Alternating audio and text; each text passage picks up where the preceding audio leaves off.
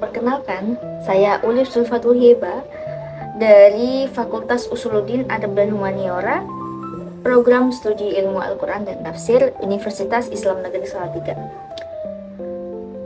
Saya di sini membuat video ini untuk menyelesaikan tugas ujian akhir semester saya semester 5 dari mata kuliah Semiotika Al-Quran. Nah, saya di mata kuliah ini dapat tugas untuk membuat video yang isinya itu menjelaskan salah satu simbol atau tanda. Jadi kita harus mencari satu tanda atau simbol yang kemudian saya itu harus menganalisisnya dengan salah satu teori semiotika. Di sini saya mengambil teori dari Charles Sanders Peirce. Oke. Nah, jadi semiotika adalah cabang ilmu yang membahas atau mempelajari tentang tanda dan makna. Salah satu tokoh penting dari semiotika adalah yang teorinya saya pakai, yaitu Peirce. Selanjutnya saya akan menjelaskan tentang teori milik Peirce. Jadi, menurut Peirce, representamen adalah bentuk tanda yang dapat kita lihat atau kita rasakan. Kemudian setelah ada representamen, kemudian ada yang namanya objek. Nah, objek itu adalah sesuatu yang diwakili oleh tanda tersebut. Oke, sesuatu yang diwakili oleh tanda tersebut.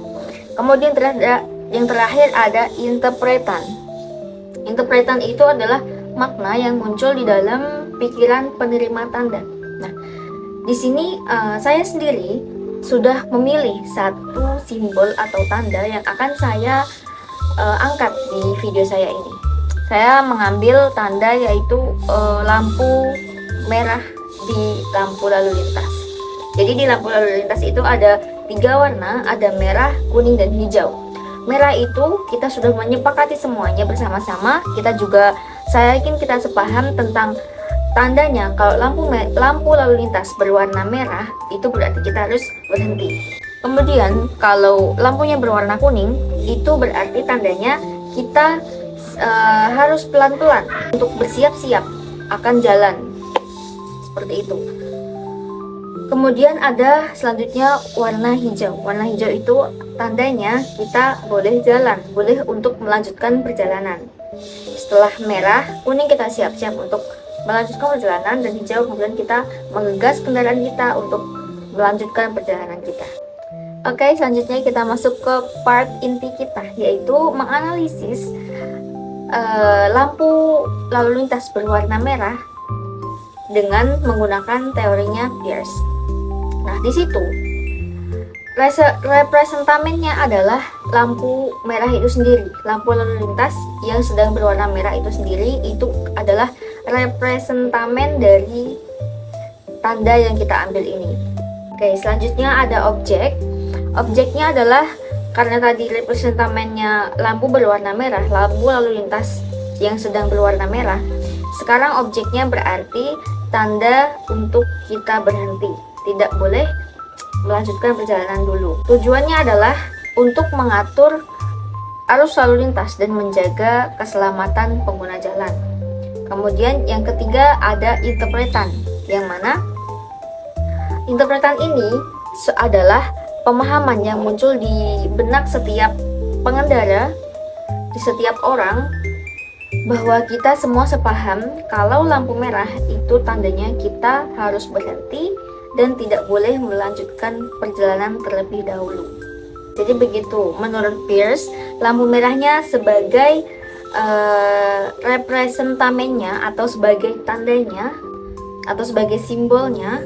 Kemudian objeknya adalah kalau lampu merah berarti tandanya perintah untuk berhenti, dan interpretannya adalah pemahaman yang sama dari seluruh pengguna jalan bahwa kalau semua orang setuju kalau lampu merah berarti tandanya kita harus berhenti.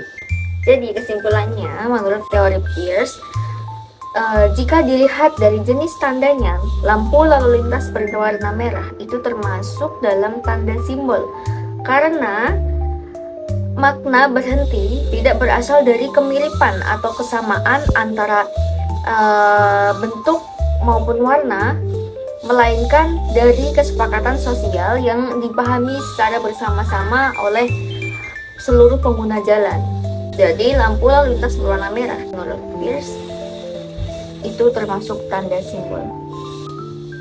Okay, the conclusion is melalui teori semiotika Charles Sanders Peirce, lampu lalu lintas berwarna merah itu sebagai tanda simbolik yang memiliki makna penting dalam kehidupan sehari-hari dan khususnya dalam menciptakan ketertiban dan keselamatan di jalan raya bagi pengguna jalan. Oke, jadi demikian penjelasan saya tentang semiotika tanda simbolik lampu lalu lintas berwarna merah dengan analisis teori Charles Sanders Peirce. Baik, saya rasa cukup. Terima kasih sudah menonton. Bye-bye.